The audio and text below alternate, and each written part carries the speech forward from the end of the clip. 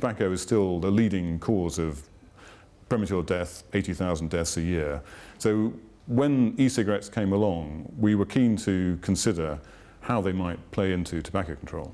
And to begin with, people were wary.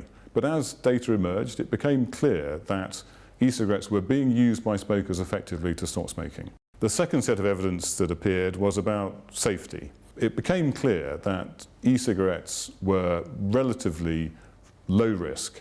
They're not completely free of risk, but when compared to smoking cigarettes, it became clear that e-cigarettes were much less harmful. So we now have 2.5 million people using e-cigarettes regularly, and they are either current smokers who use both or people who've stopped smoking completely. We have good regulation of e-cigarettes, and I think that's an important context.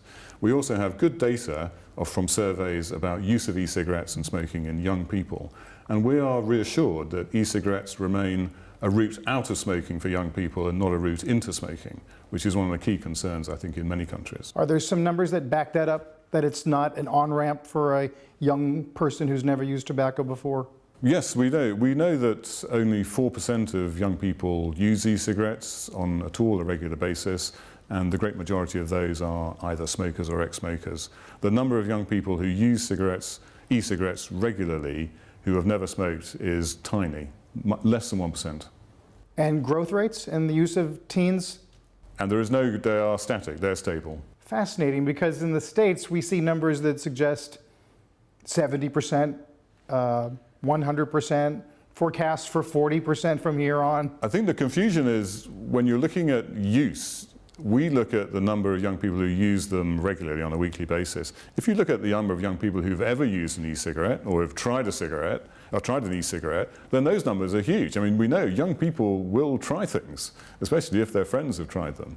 But that's a very different thing from using an e-cigarette on a regular basis. So the data do need to be looked at closely before you draw conclusions. And as I say, people look at the same data and they draw very different conclusions. When Public Health England says that e-cigs are 95% less harmful, how do you get to a number like that? We refer to it as the best available number.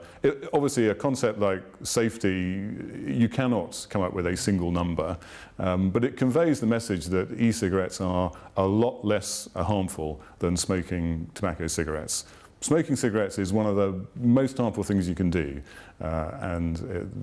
When you inhale a cigarette, you get tar, you get carbon monoxide, and there are thousands of chemicals in cigarettes which cause cancer, which cause heart disease, which affect your nerves, affect your eyesight. So it's not difficult to be 95% less harmful than smoking cigarettes. And that comes across in talking to citizens of the UK who are essentially convinced that this is a risk-free proposition. Well, I'd be delighted if that's the case. Many people do. We're worried that, in fact, a lot of members of the public still think that using an e-cigarette is as harmful as smoking a cigarette. So, I mean, I have said that it would be tragic if smokers didn't quit and carried on smoking because they hadn't tried an e-cigarette, because they were worried about the safety of an e-cigarette.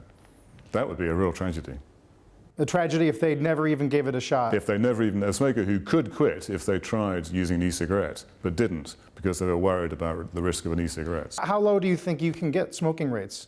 Well, we're aiming for 5%. 5? Yeah, 5% in the not too distant future. Whereas I imagine your generational high was, say, in the 1960s or so, above 50? Oh, it was indeed. And in fact, after the Second World War, pretty much everybody, I mean, nearly all men smoked. It was the norm. We've talked to some other researchers who are doing work in the US on inhalation science, who argue, at least in the early stages of their methodology, that it might be less of a pulmonary event, smoking an e-cigarette, but potentially more of a cardio event, finding stiffening of the arteries long term, even in the pups of pregnant rats who've never even been directly exposed.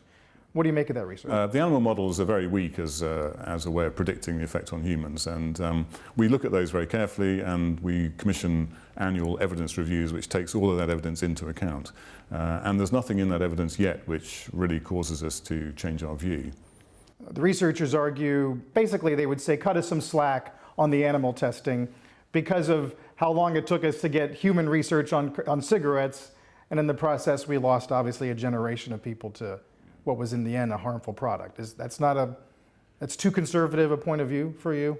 Well, I mean, that's a position you have to balance against the undoubted benefits of people stopping smoking. We have a certainty on our hands, which is the harms of smoking, the ongoing harms of 7 million people still smoking, against the possibility, remote with very little real evidence of long-term harm from e-cigarettes. So yes, it's important to keep it under review, but at the moment the balance is clearly in the one direction.